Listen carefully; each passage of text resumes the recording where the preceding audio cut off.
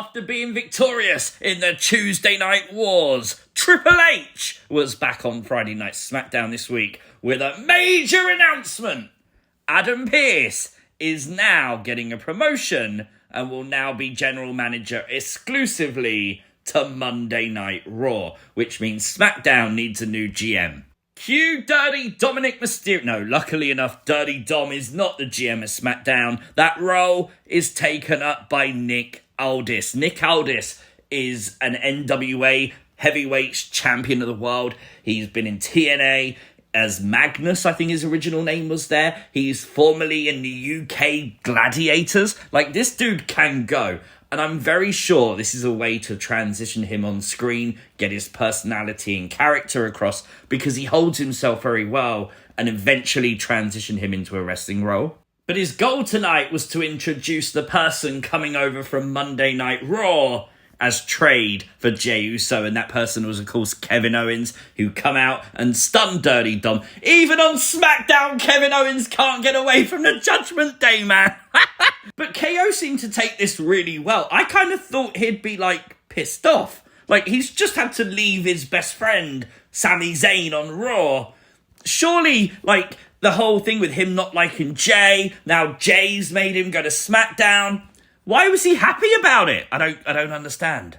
This is things you might have missed from Friday Night SmackDown. Make sure you've hit the like button. And if you are new to the channel, hit the subscribe button too. It would be John Cena kicking off the season premiere of Friday Night SmackDown until the Tribal Chief, Roman Reigns, returned. And of course, I thought they were setting up Roman Cena at Crown Jewel. I think the internet did too. I saw a lot of you moaning on Twitter. But nonetheless, did you notice Paul Heyman has got rid of the grey hair? The grey hair is gone because the Tribal Chief is back and Paul Heyman's stress levels can decrease. John Cena would introduce the guy who deserves a title shot, LA Knight. What a reaction by the crowd as well. This is his time, and I'm all here for it. It would be Jimmy Uso attacking LA Knight, though, from behind. He didn't come out with Roman. Look at Roman's face. Roman didn't want this. Roman does not want Jimmy thinking for himself,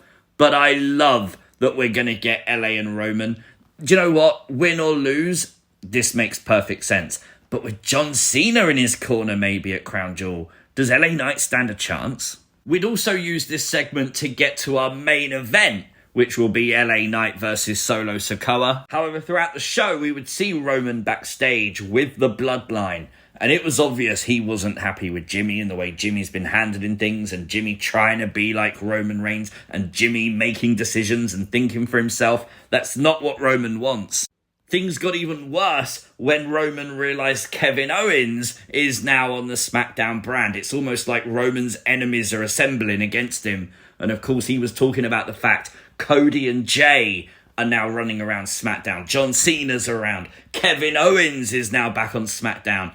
Roman is not happy and he feels like he's lost control. And with all that frustration and anger, do you remember the rumours a couple of months ago that Roman may bring in a new bloodline or a couple of new members? I wonder if that's the direction we're going to go. I wonder if Roman recruits new blood into the bloodline to replace Jey and obviously Jimmy, with Jimmy frustrating Roman more and more. LA Knight would be successful in the main event with a lot of help from John Cena to neutralise the odds when Jimmy Uso went to get involved. And that's why I wonder, could LA Knight stand a chance against Roman? Well, he didn't tonight, as Roman would deliver a thunderous spear, leaving LA Knight laying to end the show. How often now do you see Roman Reigns stood tall at the end of a SmackDown? Now, I had a lot of people ask me about the lights during the LA Knight Solo Sikoa first half of the match. They did seem to go a lot brighter. I know a lot of people were saying, could this be an Uncle Howdy tease? I don't think so. I know there's been some Uncle Howdy news recently, but I feel like this was just a production botch. Could be totally wrong. Have to wait and see. Have to see if it happens again and again. Yes, boy! Pretty Deadly are back in action tonight. I love the fact we come back from commercial break to a blacked out arena and basically a story of #Elton Strong. They obviously took on the Brawling Brutes tonight which makes a lot of sense because it was Ridge Holland who was involved in the original injury to Elton Prince. There was a really great shot of the double beats. I love how they did that, Ridge with the ropes and Butch with the announce table. But we would see Elton strong in action, as of course he looked like he was injured once again, playing Ridge Holland and his emotions for injuring him in the first time. The distraction allowed the roll-up, allowing Pretty Deadly to get some revenge and the win tonight on SmackDown. Just in time for Halloween, Shotzi has a brand new t-shirt available on WWE Shop. Looks really cool, love that. Carlito would make his return backstage tonight. First time he's been back on SmackDown, confronted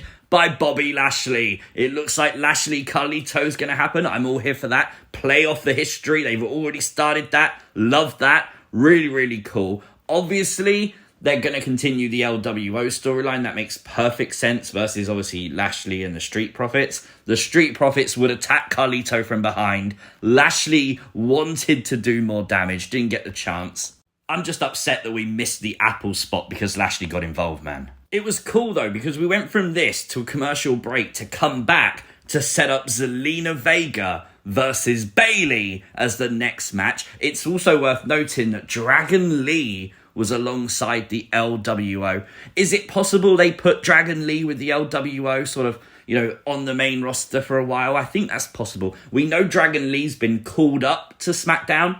Is he part of the LWO going forward? We'll have to wait and see. Bayley would defeat Zelina Vega tonight, but the story was in the post-match beatdown of Zelina. It would be Charlotte Flair coming out, making the save. We basically said this was going to happen on the Fastlane things you might have missed.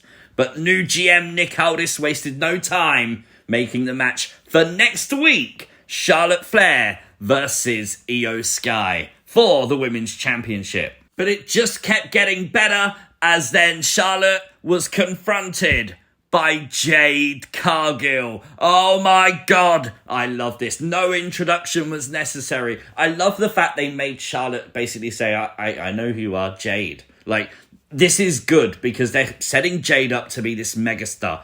And I'll tell you this, I want to see this match. I think Corey Graves called them the alphas of the women's division. Yes, that's exactly what they are. This, if you was booking AEW versus WWE, this is one of the matches you would want to book, obviously when Jade was in AEW.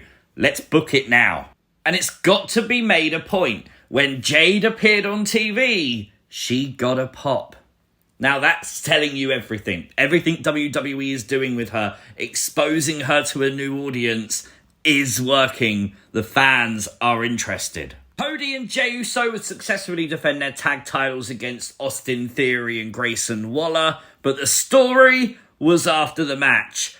We got a stare down. Now, this is clearly a future match for the tag team titles. Roman made that clear that he wants the tag belts back. But it happened. Roman and Cody, face to face, in the same place at the same time. This was electric. This was tense. And they're going to do it. Now, I don't know when. It doesn't necessarily have to be WrestleMania. It probably likely will be if WWE can't secure The Rock. But nonetheless, Roman Cody 2 is going to happen. The tease for it is right here. The setup is already happening.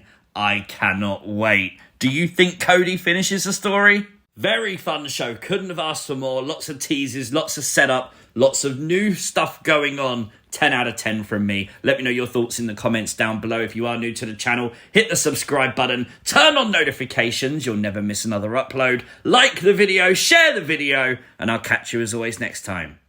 Peace!